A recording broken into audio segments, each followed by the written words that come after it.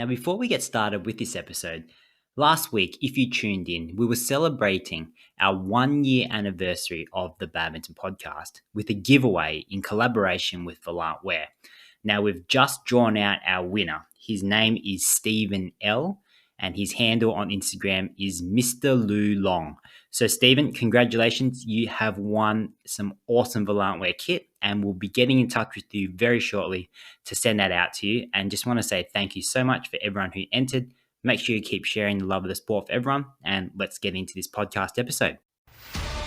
Brought to you from Melbourne, Australia, this is the Badminton Podcast, a community for badminton players by badminton players, where we talk badminton, celebrate local heroes, interview players from all walks of life, and push you to grow as a player and a person. Introducing your hosts, Jeff and Henry. Hello, badminton community, and welcome to another episode of the Badminton Podcast. Now, whether you're a long-time listener or this is the first time you've heard the podcast, we just want to say thank you so much for tuning in. Today's podcast is brought to you by Badminton Oceania and all of the amazing initiatives that they have done and they are working towards in the future. If you haven't met me before, my name's Jeff and my co-host over here is Henry.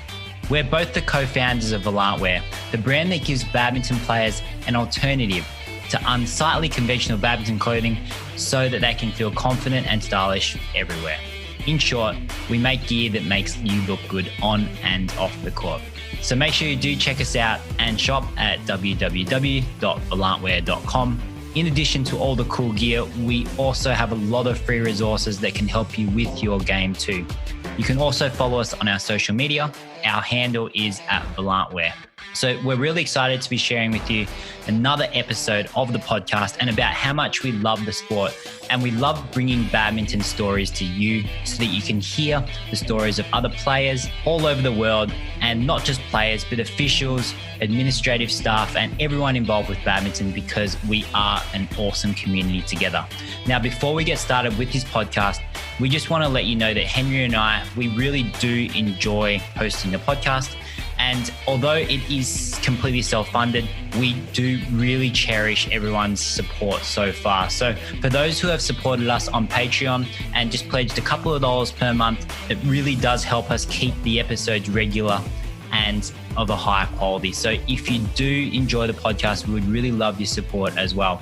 You can always visit patreon.com/thebadmintonpodcast to support us. And the link for the Patreon website will be in the description. So I'll pass over to Henry, who's going to introduce our guest for today's podcast.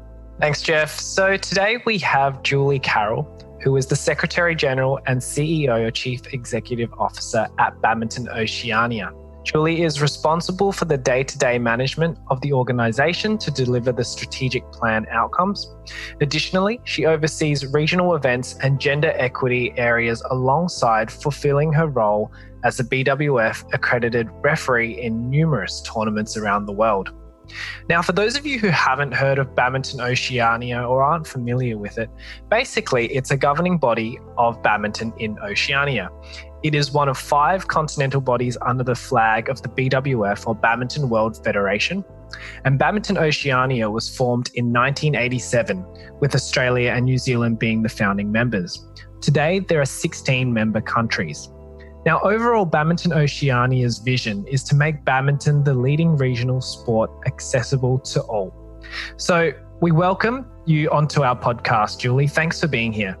Evening, Jeff and Henry. Good to be here. So let's get started right away, shall we, Julie? What we want to do first is get a bit of an understanding of who you are, where you come from, and what kind of badminton journey you've had along the way. So if you wouldn't mind sharing that with us, that'd be great. Okay, well, I'll start off by saying that I have a life that has been very much dominated by badminton, and obviously still is. And first came across your podcast as I was looking for something to listen to while running on the treadmill at the gym. And now I listen to every new episode as it comes out while I run on the treadmill. So, anything that's to do with badminton, I want to know about it. So I love the sport. I started playing when I was 11 at school. I was a tennis player and a swimmer before that, but it was badminton that really grabbed me. And it wasn't too long after I started playing that I had to start making some choices around what sports I was going to concentrate on, because I couldn't do several different sports plus schoolwork and everything else at too young an age. And it was badminton that I decided to focus on, although I did very well in swimming and tennis. And I will say that I think swimming sent me in good stead because it gave me some good discipline. It's particularly around training and, getting up at 5 o'clock in the morning to go training. But in the badminton, I had a great environment. I had a very good coach, and I played at North Shore, which is now North Harbour in New Zealand. And I really enjoyed the environment, the coach and the players. And that's why I think I chose to stay with badminton. And I did okay at it. I was in the New Zealand team from 1985 to 1996, played several World Championships, Uber Cups. I only played one Commonwealth Games, which was in Auckland in 1990. I was no great player. I had no special talent, but I was very fit, and that comes back to that training, I think, that I learned from the disciplines in swimming. I qualified with a physical education degree and a nearly completed Bachelor of Commerce, which I don't think will ever get completed. And when I finished university, I headed straight to the UK to play some badminton. And I played over there for 6 months, came back to New Zealand and would go back. So at one stage I had 5 winters in a row. So I ended up looking very hasty. And I used my degree and worked in sports science for a while and had the most amazing boss who used to give me unlimited time off to play my badminton. But eventually I decided to get out of that field, and there was an opportunity to work full-time at Badminton North Harbour as a coaching and promotions director. And there I started my journey as in coaching and then into administrating of badminton. So I started there in 1994 and I left there in 2008. And in that time, I very much grew as an administrator and got very interested in the area of events. And I did quite a lot of work for Badminton New Zealand in the area of events while I was at North Harbour. And I was the event director of the New Zealand Open as from 2005 right through till 2018. And I was the event director at the 2007 World Junior Championships held in Auckland in New Zealand. So I guess when I left Badminton North Harbour, I went to Badminton New Zealand as their event manager. And then it was really a natural progression to go on to do something at a higher level in badminton, and the Oceania opportunity came along, and I'd always had a connection to Oceania because I was from New Zealand and I was on their events committee. So I grabbed that opportunity and thought, what can I do with this organisation? And here I still am. So that's me. Fantastic. That is an exceptional history in badminton, Julie. So thanks so much for sharing that. Now, I do remember the first time that I met you. I think it was at the June Bevan in 2004 in North Harbour. I think it was 2004 or 3. I can't remember exactly which year. 2004. 2004? Yeah. And you've been very heavily involved. And it's such a great thing to hear about someone who has experience being a player, experience training hard, playing internationally, because someone like yourself can really understand the players, understand what the needs are of players. And I'm sure that has a big influence on what you do for your events and how you can think from both sides. You can think from an administration point of view, organisation point of view, but also think about it from the perspective of a player who has to actually compete within the event itself. So in my opinion, I'd say that it's such a blessing to have people stick around in the sport. And my next question for you is basically, how important do you think it is for our sport to have people like yourself or people who have badminton knowledge, who are former players or former coaches, etc., to be involved in the sport after they've been playing competitively for so long? Well, I'm obviously going to say that I think that it is very important. And I think it's important for many ways because you've learned a lot. You know, I've learned a lot from when I was an 11-year-old starting off on badminton till now, and I'm still learning. I keep learning all the time. And I want to be able to use what I know back and to help other people and to further develop and grow the game and to do things differently. But I guess I'm passionate badminton, and I think to work in the sport, you need to be very passionate about it because it can demand a lot of you. It can be long hours, a lot of challenges, and it's what makes me get out of bed each day is that I'm really passionate about what I do. And I think that those of us that have come through the ranks and got a lot out of it, we are all very passionate and love the game. So I think that's really important. Yeah, Julie, you speak about passion, and we love badminton at the Badminton Podcast, as you would expect. Is there something about badminton that you talked earlier about the people, the environment that you're in, the coaches, etc.? Is there something about badminton specifically that makes you so passionate about it? Yeah, that's interesting. I think it is the people. I've met some fantastic people along the way and continue to do so. I've got friends all over the world and, a very connected community. So I think that from that perspective, I've had a lot out of it. I've also got to travel. So what a great perk that is, being able to travel the world and do something and be involved in something that I'm passionate about and I really enjoy. And it allows me to give back to something that I've had so much out of. It's a way of me giving back so that other people can experience what I've experienced or better. Yeah, absolutely. And I can really resonate with meeting all those different people because you really do create these lifelong bonds. And I guess for badminton as a sport itself, the fact that we do want to try to retain former players like yourself to be involved in the system to help grow the sport in all countries around the world, like Badminton Oceania is actually doing now. How do you think we can make it more attractive for former players like yourself to stay in the system? Because I feel that this is probably just an assumption, but a lot of players, when they stop playing, they kind of fall out of the system and their knowledge and expertise and experience kind of goes away with them. But do you think that there could be a better way to keep them within the sport and pass on their knowledge, whether it be coaching or whether it's to do projects or organisation, administration, management, sports science, etc.? Yeah, that's an interesting question. And I think about this one. I think it really comes down to the individual person. Like, you've got to really want to do it. So some people finish their competitive career and go, I've had enough of badminton. I'm out of here, I'm going to do something else. Or else you say, no, I want to be involved because, I want to be able to give back. So I think really at the end of the day, it comes down to the individual person. And I think you should only stay involved for the right reasons. And that is to be able to give back and to help other people. And I think it also comes back to the experiences that you've had as a player. If they've been positive experiences and you want to keep having those positive experiences within the sport. So I think it is a very individual thing, and it's hard to, how can you put systems or processes in place? I'm not sure. But the other thing that I have found for me and coming through my journey is that I have had some really good support.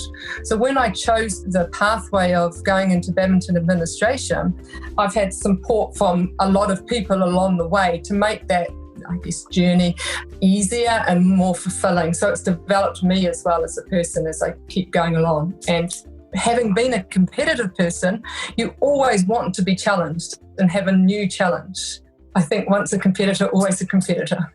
Yeah, I think you're right there, Julie, in that each individual has their own goals, their challenges, ambitions, and their own ways of life. So it's hard to create the system to keep someone in badminton who doesn't want to be in badminton anymore. They might have new goals, new ambitions, whether that be, working professionally and even exploring a different sport or exploring some form of art.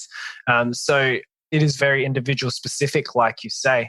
So definitely appreciate that. And moving on from there is, I want to sort of hone in onto Badminton Oceania and just give our audience, listeners, and myself, I guess, a better understanding or more clarity as to what Badminton Oceania does. Because I guess a lot of people aren't really aware of what Continental Federations do.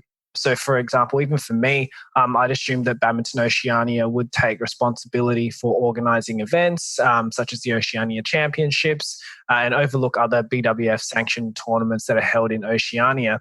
But what is Badminton Oceania and what does Badminton Oceania do and what do they govern when it comes to Oceania and the sport itself? And that's a really good question, because I always had the same question. When I worked for Badminton New Zealand, what do Badminton Oceania do?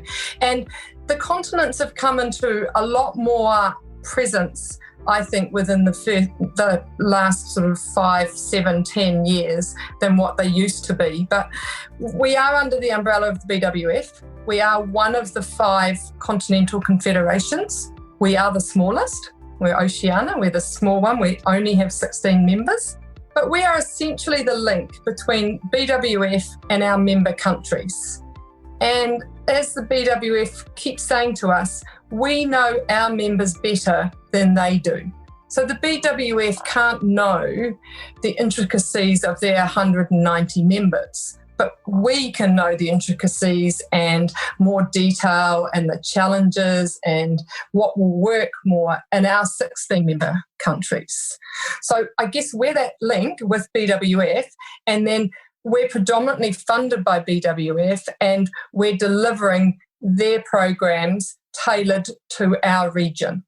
So they're predominantly development programs, and there's a whole range of development programs that we deliver, again, or we work with our countries to deliver, tailor-made to what suits what country. So we've all heard of Shuttle Time, because that's the global schools program, and that's being delivered in 15 of our 16 countries. Last year, there was over 90,000 children in the region who experienced Shuttle Time. So core program, and that's where it all starts. And BWF have developed that program, fantastic resources. So we literally just have to roll it out, tailoring it to how that rollout looks in all of our countries. And we help them personnel-wise, and we help them financially using the funding from the BWF. We determine how that money is allocated and how it is best spent in our region. So we have the Shuttle Time program, we have development programs, there's coach development, para development, technical officials development, and organisational development. So there's a lot of development in there. And then, of course, there is also the tournament. So there's the overseeing of the Grade 3 tournaments, the BWF Grade 3. So that's your International Challenge, International Series and Future Series tournaments, and the Continental Championships, which includes juniors, open, and para badminton. So it's significant. We just right across the whole spectrum of badminton. Yeah, definitely. I wasn't aware about all of the initiatives and all the things that you were taking part in as well. And I knew that there was always an affiliation with BWF, but I didn't know there was that much contact between BWF and Badminton Oceania in the project. So that's fantastic. And additionally, with Shuttle Time, 90,000, that's really impressive. So fantastic work on that side. Now, Julie, I'm not sure if you can name them all off by heart, but for the audience listening, would you mind letting us know which members are involved with Badminton Oceania? Oh, you're going to get me now to name my 16. So we have our 2 big members of Australia and New Zealand. Well, actually, Australia is our largest member in terms of population. Then our next largest member is Papua New Guinea. Oh, fantastic. Which not many people realise. They have a population of around 8 million. Wow. No way. Yeah. Yep, that's interesting. Then we have New Zealand, and those, Australia and New Zealand, are our 2 highly developed countries. Mm-hmm. Then we have 2 French-speaking countries. So we have Tahiti and we have New Caledonia. And New Caledonia is classified as an associate member because their main affiliation is through France, but Tahiti is a full member. But neither of those 2 countries can compete as their country in the Olympics. If any of their players qualified for the Olympics, they have to be through France. Okay. Oh. Yeah, that's a little bit restrictive for us if we're wanting to invest in anything that's around Olympics, because they don't have Olympic committees as such. We have the Cook Islands, we have Samoa, Tonga, Fiji, Tuvalu, Kiribati, Northern Marianas, Papua New Guinea. I said, how many have I got? Not counting, to be honest. Norfolk Island. You've got Australia, New Zealand, Papua New Guinea, New Caledonia, Tahiti, Samoa, New Caledonia, Tuvalu, Kiribati, Nauru, Norfolk Island, Northern Marianas. Pretty sure I've nearly got 16 there. Wow. Solomon Islands. Okay? Yeah. And so talking about size, Norfolk Island only has a population of 1,700 people. Yeah. It's significant, vast different sizes. But as I say, only 3 countries have a population over 1 million. Yeah. It's very impressive that you were able to list off all those members, to be honest. I don't think I'd be able to do that myself if I was put on the spot like that.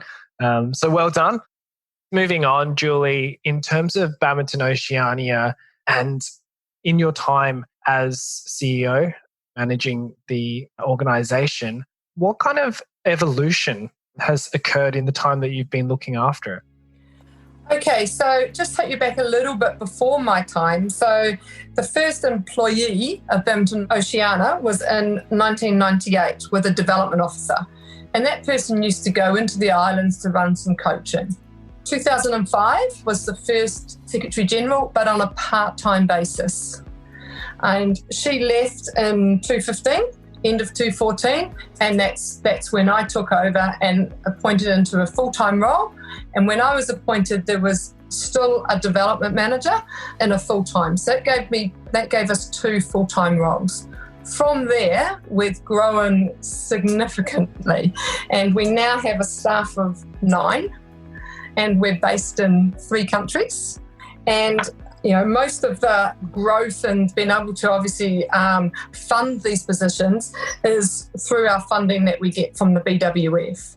And they have a program called Continental Human Resources Project, which is for 5 years. And it's to increase the capacity of the continents, the human resources capacity of the continents to be able to deliver their programs across our region. And for us, it's a particular focus to the Pacific countries. So it's to develop badminton even more. We have 6 based in head office in Auckland, New Zealand, and we have a regional development officer based in Suva, Fiji. We have a development officer based in Papua New Guinea, and then we have a coaching and development officer who's specialising in para badminton based out of Australia. Okay. Yeah, so it's quite diverse. We've got split staff, and everybody's got their different portfolios in the areas that they look after. Yeah, no, that's fantastic. I wasn't even aware that there was that many branches or that many people involved with Badminton Oceania. Yeah, it's impressive, but it's fantastic because it actually allows us to do things, because it's people make an organisation. And so without people, you can't do things. So we've got a great team. We've got a really good staff, and everybody is passionate about what they do. They're all badminton people, and they just give it all as to what they can do for the region. That's fantastic. Now, I know that you've said numerous times that the funding is coming from the BWF. So how often do you get to meet up with the other confederations and basically discuss, like, this is what we've done in our continent, what have you guys done, get ideas from each other, touch base? And is there much accountability from the BWF asking, hey, what results have you got? We've given you this funding. We want to see X, Y, and Z results. Yeah, so just to also clarify, we do generate some revenue ourselves, but I'd estimate that we're between 75 to 80% of our revenue is from the BWF. Yep. So when we meet up, there's a Continental Confederations workshop in Kuala Lumpur every year around September, October. That is not happening this year, but it will be done virtually.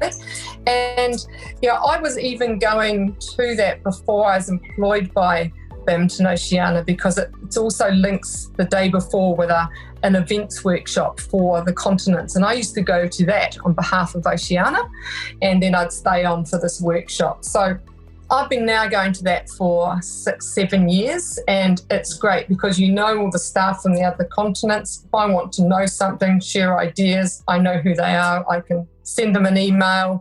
I can have a Skype or whatever with them. So I find that very valuable, that workshop, and being able to get to meet all the other staff. Your other question around accountability, yes, we have to Every year we have to do our plans, and very much about planning and budgets, which go to the BWF, and we say, right, this is what we will achieve, and these are our outcomes. This is how we'll spend our money. They have to approve those, and they do come back and challenge us on some of our plans, and that's good. We like to be challenged and to make us think about them. And then accountability, yes, we have to report on those plans, and we have to obviously account for how we spend all the money with audited accounts, and we have full reporting half yearly and at the end of each year. It's great to have that kind of accountability as well, Julie, because I feel it's important, especially as when we're trying to develop the sport in countries where it's not as popular as some of the Asian countries and the rest of the world. So setting really, stretch goals, hopefully, for Badminton Oceania would be great. In terms of the challenges where BWF has pushed you back on some of these plans or objectives that you've set as an organisation, are they because the BWF feels that the plans themselves didn't quite meet the objectives that they had set out for, Badminton Oceania? Yeah, sometimes they want to set higher targets, higher numbers of participants or people going through courses. Sometimes they just need more detail from us, so they push back on those, which again is good because it makes us sit back and just think, now, actually, how are we going to do this? And is it realistic? So, but they're good conversations. They're very good, positive conversations. And we have one particular staff member at the BWF from their development team who is our key contact. And he really has, over the time, has got to understand our region. He's actually only been out to our region and to Australia once, and he was due to come this year, but obviously with COVID, when he does come out, I'd like to take him into some of the Pacific Islands to actually see how it is on the ground out here in our region. Yeah, it sounds like he's really developed a good understanding despite not being able to be here, and has a really collaborative approach. So, Julie, you mentioned COVID, and I want to briefly touch on COVID at the moment just because it's top of mind, and because, a large part of Australia, or in Victoria here, we're in lockdown and we can't even play badminton. So in terms of Badminton Oceania's efforts over this COVID period, how has COVID actually changed some of the potential objectives that you have, or has it changed it? And what are some of the actions or impacts that have occurred for you guys as an organisation? Yeah, COVID's obviously challenging for all of us, and it has different challenges. But once we all get to accept that it was here to stay for a while, and life for 2020 was going to be very different, and we were impacted very early on because we had to cancel 2 Grade 3 tournaments in New Zealand in March. So they were some of the first hit events. And it has had an impact. We've dealt with it. But now what we've sat back and we've said as a staff, it's like, okay, we need to now be connecting with our member countries, and we need to say, these are the outcomes that we were going to achieve. We still want to have the same outcomes, but we might need to get there in a different way. So we need to come back into country, and what can you guys do in country? What other support networks, services can you utilise, and with us virtually, to still achieve those objectives? So, good example, Cook Islands, they've got a junior development program going. The outcome was to play the World Junior Championships in New Zealand later this year, currently postponed until the beginning of next year. So those kids are feeling quite despondent, but we've gone into the Cooks and worked with them, and they've gone out and found some strength and conditioning specialists, so someone different than their normal coach, and they've gone in and they're now working with all of those players and giving them specialised fitness programs. So they're doing a lot more off-court work as well as their on-court work, and we're helping to fund all of that. And we spent the money that usually we would have sent a coach over there. We can't do that, so we're utilising that money with the strength and conditioning specialists in country. So that's just one example, and we're working with around 5 of our countries in that way at the moment. Yeah, look, it definitely is a very trying time with COVID. And yeah, just really having to think out of the box, reallocate resources, funding, etc., so that we can make the most out of it, even though it is a tricky situation. But Julie, I want to move on now to what you're really proud of. So what have been some of Badminton Oceania's achievements and biggest breakthroughs, would you say, during your time there? Well, that's interesting. We've touched on shuttle time and the growing numbers of the kids. So aligned with all those countries that are delivering shuttle time and the kids are playing, we've managed to send them all the school sets and the equipment, because most of these countries you cannot buy a badminton racket or a shuttle in their country. So we've got hundreds and thousands of rackets have gone out through the Pacific. We're part of a PSP program, which is Pacific Sports Partnership, and that's actually an Australian government program. It's an Australian aid program, and we're helping to facilitate that program in Tonga and Papua New Guinea. And the aims really there are to develop healthier and more inclusive communities through badminton. And they've been really, really successful. Tonga's been going since 2013 and Papua New Guinea since 2018. And the Australian government has a lot more money than the BWF does. So that's been really, really good for those countries to be able to hook into those programs and get badminton out there. And, badminton's really high profile in Tonga. That's awesome. And, there's a lot of people playing. And look, they may not come through and be world champions, but there's people playing badminton, so. That's what we want. Exactly. And in Papua New Guinea, that's very focused on inclusion.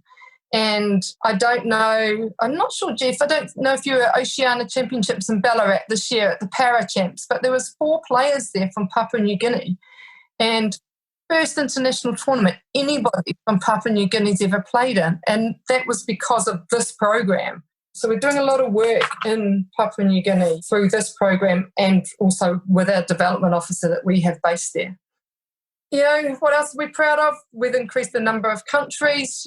We've gone from 10 to 16 in the last 10 years. We hope to grow a couple more in the next 3 to 4 years. We've increased the number of staff and obviously what we can do. And really, we're most proud of is so many countries delivering badminton and being able to just give particularly children the opportunity to play our sport. Yeah, it's great. And to be able to develop them at grassroots level, hopefully be able to, lead to a lot more experience and knowledge in the sport, and that in the future they can pass down on to future generations as well, and hopefully continue to expand badminton's presence in Oceania as well. Now, while we're on the topic of achievements and breakthroughs of Badminton Oceania, I know it's sort of a little bit of a segue, but it's our understanding that you are currently the only female CEO out of all the Continental Confederations.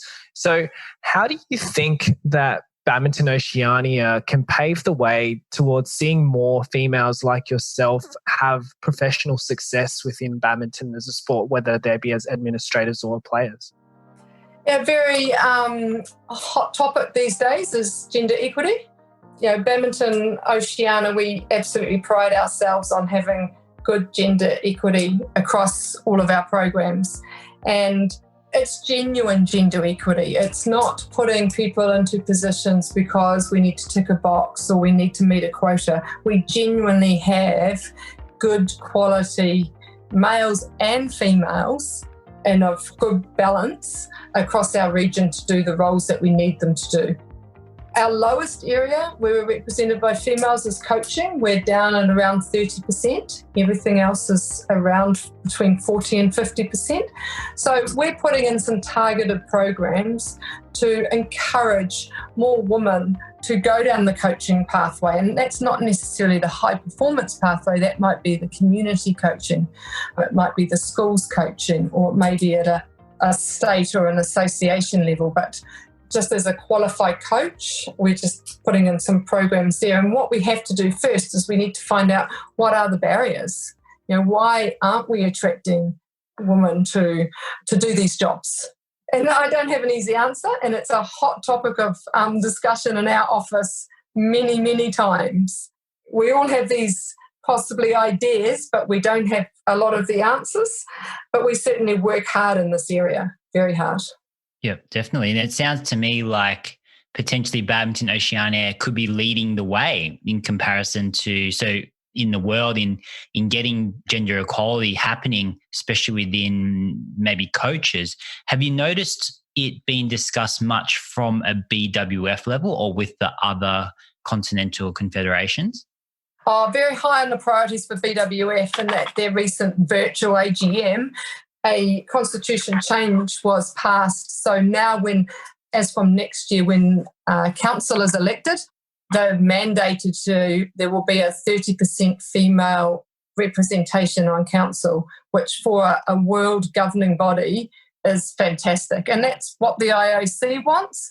And for BWF to put that in place is really, really good. And, I might be one of the only CEOs or Secretary Generals of a Continental Confederation. We also have our president, who is Geraldine Brown, who is obviously a female, but one of the few on BWF Council. And when I often look at the top table at BWF, Geraldine is the lone female voice. And she's been very much an advocate for the region in badminton around gender equity. So it will be good to have more women, and it is a funding stream for us from BWF to put programs in place to enhance our gender equity status. So, and at times we can struggle to spend that because we do quite well in that area. Yeah, definitely.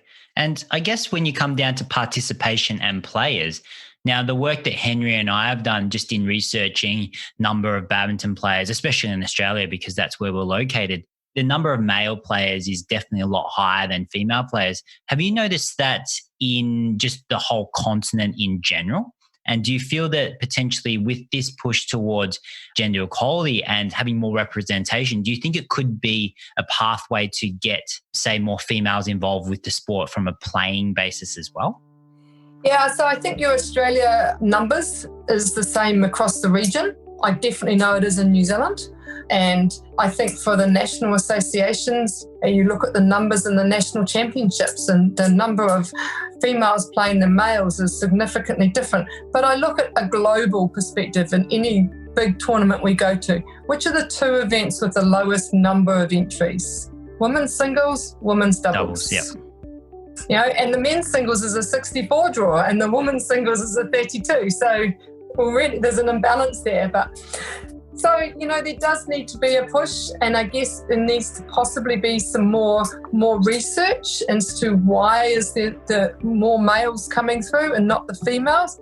But, one thing that badminton holds its head high is that we have equal prize money. So that's certainly not a deterrent. And certainly I think the males and the females are all treated the same at all our tournaments. I think we're very respectful as a sport. So I don't think we have a lot of those types of barriers like some of the other sports do. So I would just love to see that huge women's doubles, women's singles entries into some of these tournaments. We'll keep working on it.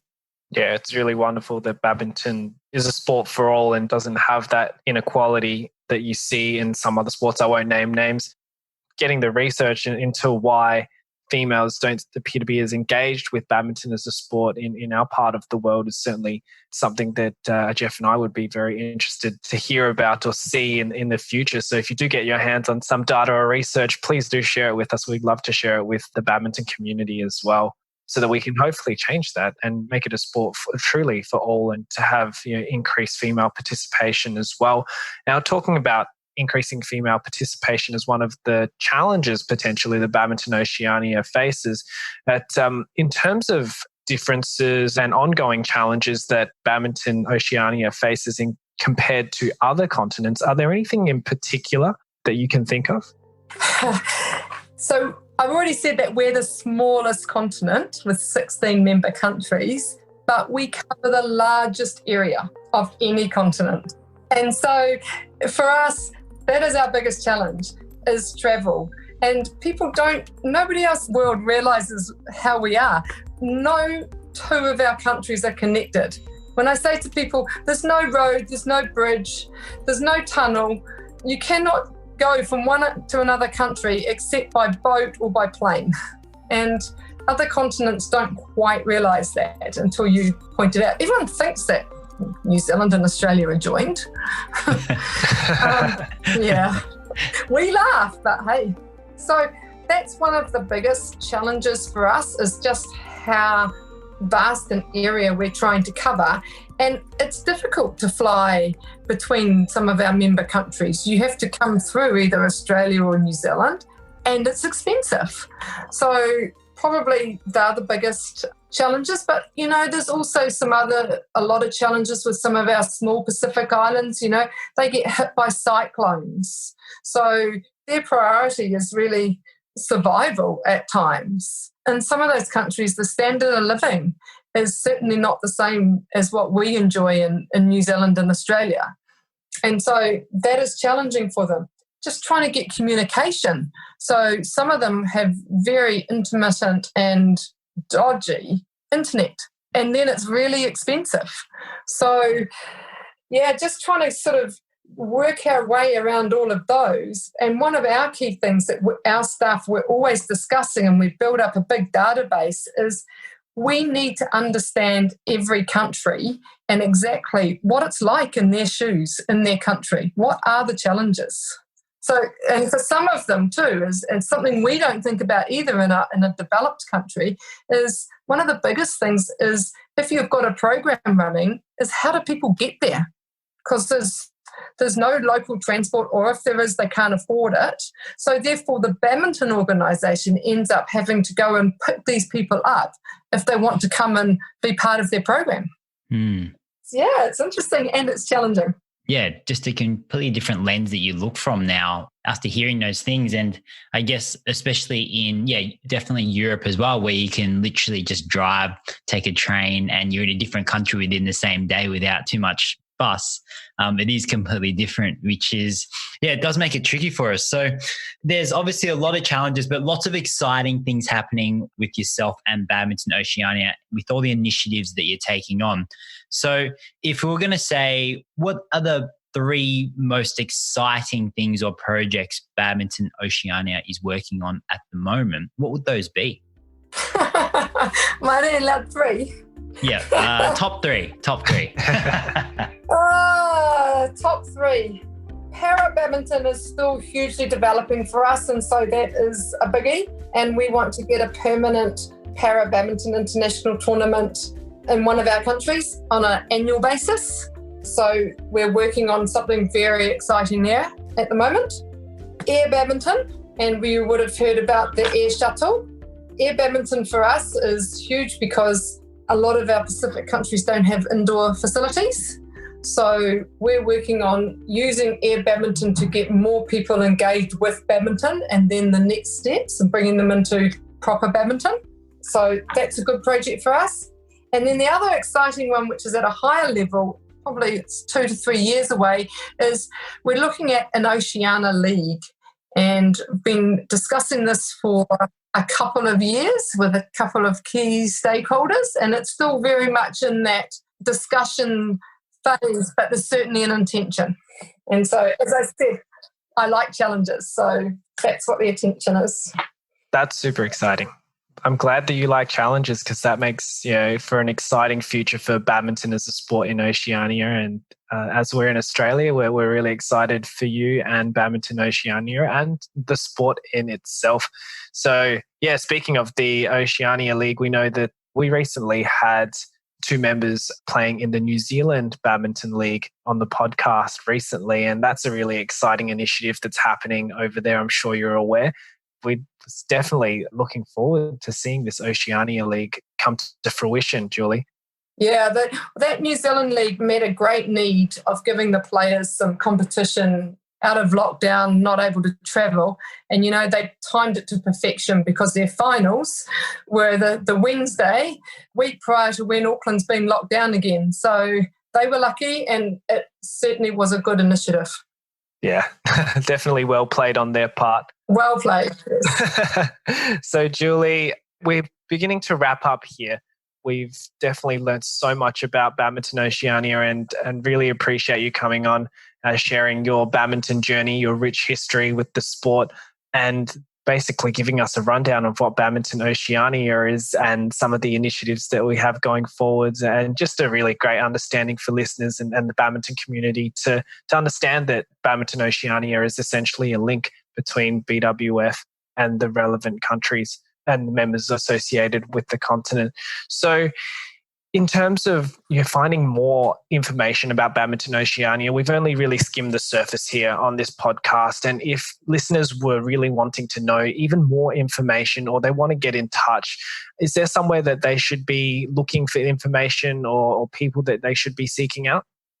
Yeah, we have a really informative and helpful website, www.badmintonoceania.org.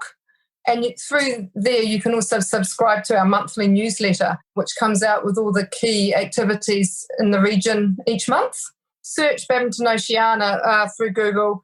Our website will come up, and also you can follow us through Facebook and Instagram. Excellent. So for everyone out there listening, make sure you do tune into all of Badminton Oceania's initiatives, because there's lots of exciting things happening and what they're doing for the sport in our continent, but wherever you are in the world. It is really great for the sport, and we do hope that it does result in more and more people playing, more and more people loving the sport and sharing that passion with more people so we can grow the sport from every corner of the world. So, Julie, we've had a really enjoyable time having a chat today about your story and Badminton Oceania's story. So we just want to say, on behalf of myself and Henry and all the listeners, thank you so much for being an awesome guest on the podcast today. Thanks, guys, and keep tuning them out so I've got lots of things to listen to as I run on that treadmill. Excellent. Thank you. You're doing a great job. No problem. So for everyone out there listening, thank you for tuning into this episode. Do make sure you share it with everyone that you know, whether they're involved in badminton or not, because we are sharing that badminton love, and we are really, really proud of the badminton community all over the world. So make sure you do that. In the meantime, do make sure that you connect with us if you've got any questions at all, or if you've got any requests for any episodes. There have been a number of people who have emailed or sent a Facebook message or Instagram message and asked specific questions that we've been able to ask our guests. So it's not that only we're answering it, but we're also getting some of the world's best badminton players and some really experienced coaches and officials out there to answer all of your badminton questions. So do reach out. We love hearing from you. The way you can reach out is you can connect with us on our social media, so Instagram, Facebook, YouTube, etc.